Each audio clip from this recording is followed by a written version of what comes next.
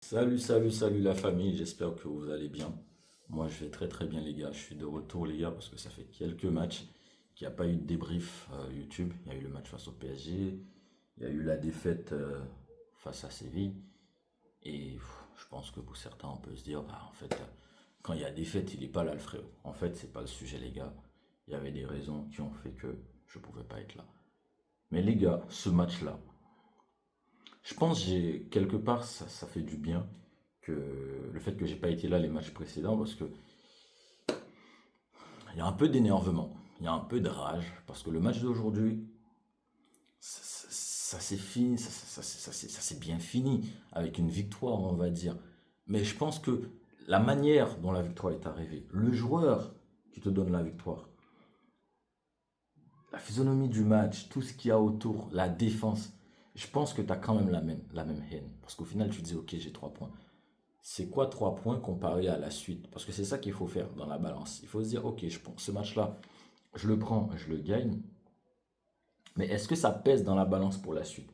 Parce qu'il y a certains matchs, les fans, ils sont là, ils aiment bien, ils veulent la victoire à tous les coups, machin. Et donc, au final, si ça perd, peu importe comment était le match, on n'est pas content. Si ça gagne, on est content. Mais derrière, la balance, quel poids aura ce match-là comme référence pour la suite? Parce que je pense que ce genre de match, quand ça se termine par une victoire, ça pèse pas beaucoup dans la balance pour la suite. C'est-à-dire, tu ne le prends pas très en compte. Parce que tu te dis, en fait, tout allait bien, j'ai gagné. C'est comme le match où tu gagnes 4-0 contre le Real. Ça n'a pas pesé dans la balance pour la suite de ta saison. Tu ne l'as pas prise en compte. En tout cas, pas négativement, pas pour en tirer des leçons. Parce que tu as quand même un match où en première mi-temps, Mbappé finit hors jeu au moins 5 fois. Ou s'il partait une seconde plus tard, ou s'il partait dans le bon timing, ça faisait 5 face à face avec Chesney. Et on sait que Chesney, c'est pas l'assurance tout risque sur sa ligne. Tu te dis, en fait, il y a quelque chose qui aurait pu se passer en première mi-temps. Au final, à l'arrivée, tu gagnes 4-0 à Madrid. Tu te dis, bah, tout va bien. Pareil, le match face au Bayern.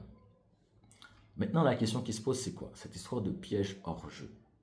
Je pense que on arrive à un stade où il faut réfléchir, où il faut se dire, c'est peut-être pas la bonne tactique, c'est peut-être la bonne tactique, mais par moment, parce que j'insiste sur le terme par moment. On l'a vu aujourd'hui avec face à Giron, et on l'a vu face au PSG. Face au PSG, c'était moins criant. On l'a vu face au FC Séville, on l'a vu face à d'autres équipes. C'est systématique. Et le fait que ça soit systématique, parce que c'est quelque chose qui a bien, plus ou moins bien marché la saison dernière. Parce que je pense à la saison dernière, pourquoi je pense à cette saison-là? Parce qu'au final, ce qui nous sort de la Ligue des Champions la saison dernière, c'est pas le piège hors jeu. Parce qu'il n'y a pas de piège hors jeu. La preuve, Raoult, il était côte à côte avec Acerbi sur son dernier but. Et le quatrième but de l'Inter, il n'y avait pas non plus de piège hors jeu. Parce que voilà,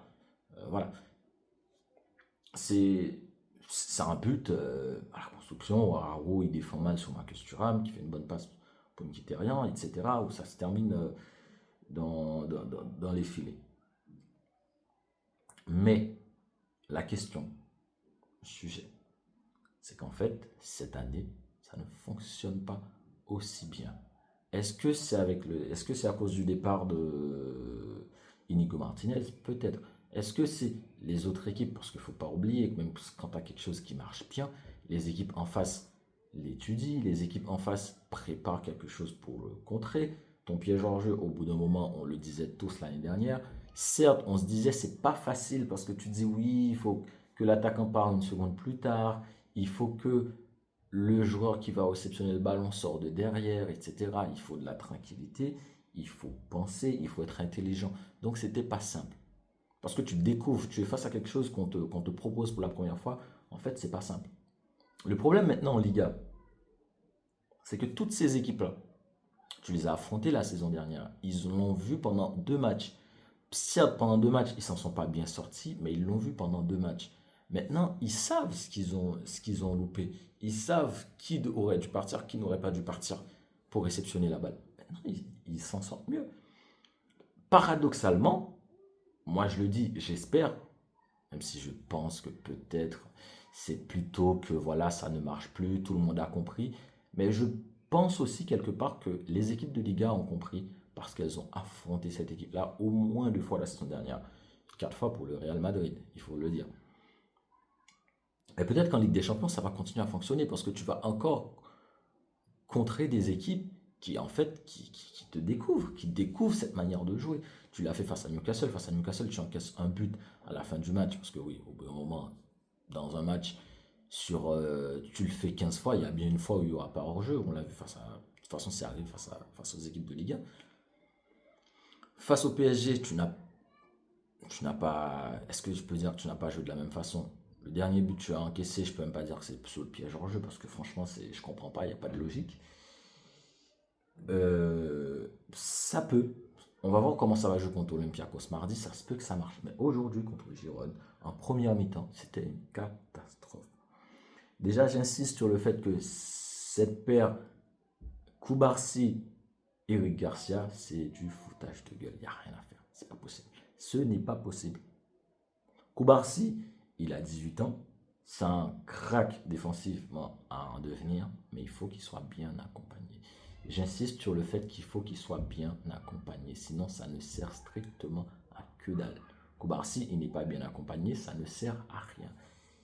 Je ne demande pas à un défenseur qui a beaucoup d'expérience, je ne demande pas à un mec qui a 30 ans qui a tout vu, je ne demande pas à un Virgil van Dijk, je ne demande pas forcément un Sergio Ramos Prime à côté de lui, je ne demande pas un Carlos Puyol Prime, je demande un mec qui a une intelligence de jeu, qui a sa tête sur les épaules, un peu comme Inigo Martinez. Parce qu'Inigo Martinez, quand il arrive au Barça, on se dit quoi? Mais qu'est-ce qu'on va faire avec lui? C'est quoi cette blague, etc. Et au final, on le voit, on a vu ce que ça a donné.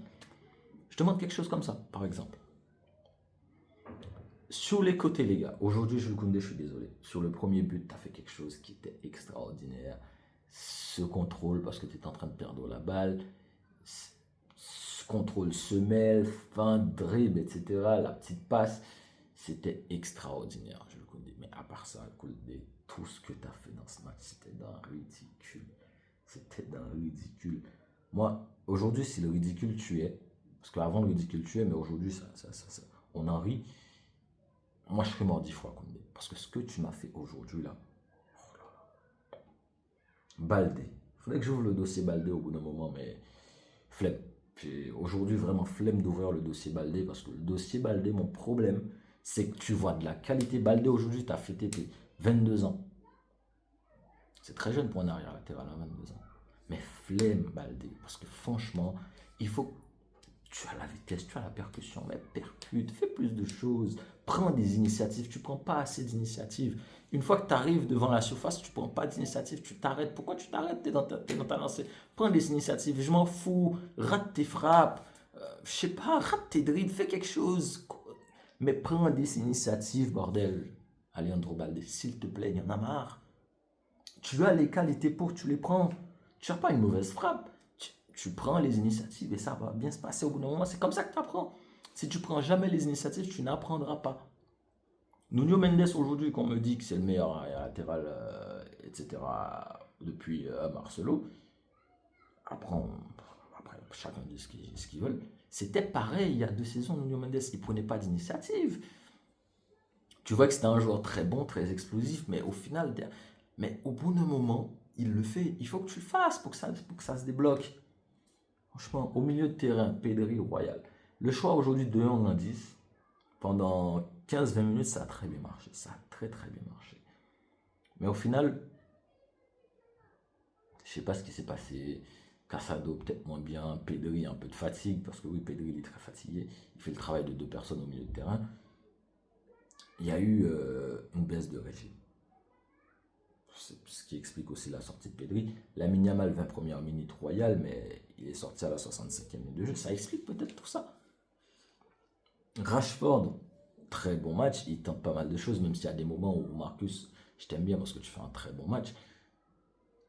Tu tentes des choses, mais au bout d'un moment, Marcus, lâche la balle, c'est pas grave. Si tu marques pas, c'est pas grave. Il y a eu il y a eu la barre transversale sur ton coup franc, il y a eu les poteaux, il y a eu les sorties du gardien. On sait qu'en Liga, les filets ne t'aiment pas, mais c'est pas grave, laisse tomber, laisse couler. On veut juste gagner, nous. L'entrée en jeu de Firmino Royal, l'entrée en jeu de Rooney, très très bien. De Jong, il fait la passe décisive pour le but de la victoire. Donc, Il n'a pas fait un mauvais match, Francky, hein. Franchement, il n'a pas fait un mauvais match. Il y a une baisse de régime, c'était tout au milieu de terrain. Franchement, le Francky de Jong aujourd'hui que j'ai vu en 10 début de match, si je peux avoir ce même niveau-là en Ligue des Champions pendant. Je ne demande pas de me donner le même niveau pendant 90 minutes de chaque match en Ligue des Champions, je sais que c'est pas possible. Mais pendant 70-75 minutes de jeu à chaque match de Ligue des Champions, et après on réajuste pour voir ce que ça donne. Je prends, Francky, je prends. Franchement, je prends. Et moi, ce qui m'énerve dans cette victoire, c'est derrière le but, ça vient de qui? Ça vient de Ronald Araujo, les gars. Je ne veux plus le voir à Barcelone.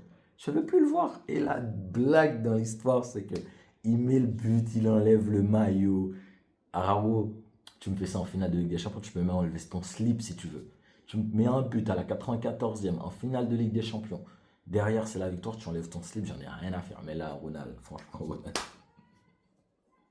Ça montre aussi tout ce qui est le joueur qui est Araujo. Tu l'aimes ou tu l'aimes pas, mais c'est quelqu'un. Il fait pas dans la demi-mesure, il vit le truc à fond, il est trop dans l'excitation. J'aime pas, j'aime pas, j'aime pas. Franchement, je le dis, c'est pas ce but qui va changer ce que je pense. J'aime pas. J'aime pas ce côté de pas se contrôler parce qu'il se contrôle pas, Araujo. Il ne se contrôle dans rien. Mais les gars, ces 3 points-là, ça peut être. Ces 3 points-là peuvent être très bien, comme ça peuvent être très dangereux. Parce que très bien, si on se dit, on a fait des conneries, les gars, il faut qu'on apprenne de ce match-là. Il faut, voilà. Si on se dit, franchement, c'était royal, regarde comment on l'a pris le match et tout, on est trop fort. On est foutu, les gars. On est foutu. Prochain match, les gars, mardi contre Olympiakos, on reçoit 18h45 française. Je sais pas. Franchement, je sais pas. Et ce match, il est important, hein. Ce match est le match du 4 novembre. Pour moi, ces 2 matchs sont plus importants à eux deux que le Classico. Parce que le Classico, tu le perds, ça va ta saison. Et ces 2 matchs-là, tu les perds, t'as des emmerdes que tu n'imagines même pas. Enfin bref, les gars. Sur ce, je vous dis à mardi, hein. On va se retrouver mardi pour un débrief. Vous inquiétez pas, mardi, il y aura bien un débrief, les gars. Franchement, ça, on va pas le rater. On va faire ce qu'il y a à faire, les gars.